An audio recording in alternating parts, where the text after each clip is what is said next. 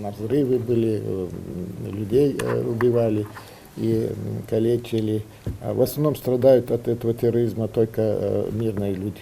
Старшеклассники внимательно слушают гостей. В День солидарности, борьбы с терроризмом детям рассказывают о глобальной проблеме, которая остается актуальной всегда. Более 400 сотрудников органов внутренних дел погибли, защищая республику. И мы не имеем права забывать о них, отмечают собравшиеся. И они были чьи-то родители, братья, отцы. И, если честно сказать, я знаю, что в этом нашем бюсте вот, в МВД, там есть все фамилии, даже ваши фамилии, вот, где ваших тейпов. О том, что произошло в ночь на 22 июня 2004 года, многие из ребят знают из рассказов старших. Преступная группировка захватила Назрановский пост ДПС и прилегающий участок дороги. Бандитов расстреливали всех сотрудников полиции, проезжающих по этому маршруту. От их рук тогда погибло 80 человек, более сотни были ранены. Это еще одна черная страница в истории ингушского народа. Понимаете, там не разбирали, кто виноват, кто не виноват. Вот как-то все это мясорубка гражданские. Я даже жалко было. Вот именно невинных тоже много там. Образованные люди, взрослые, мужского населения. Мы можем всегда гордиться тем, что мы с этим терроризмом боролись. Ваши отцы, ваши деды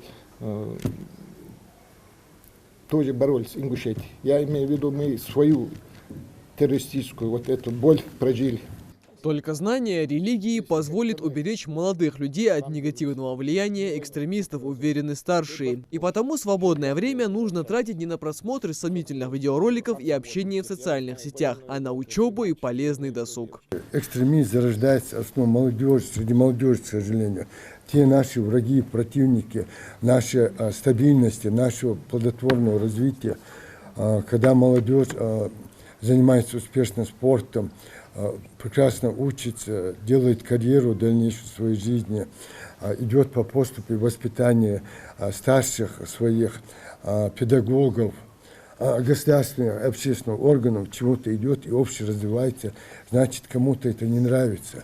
Ребят призывают быть внимательными, бдительными по отношению к подозрительным людям и предметам, и в случае обнаружения опасности сообщать взрослым. Впрочем, и сами школьники это прекрасно понимают. Эта проблема может быть в абсолютно любом месте, даже там, где ее можно не ожидать. И что в любом случае нужно быть везде и всегда аккуратным.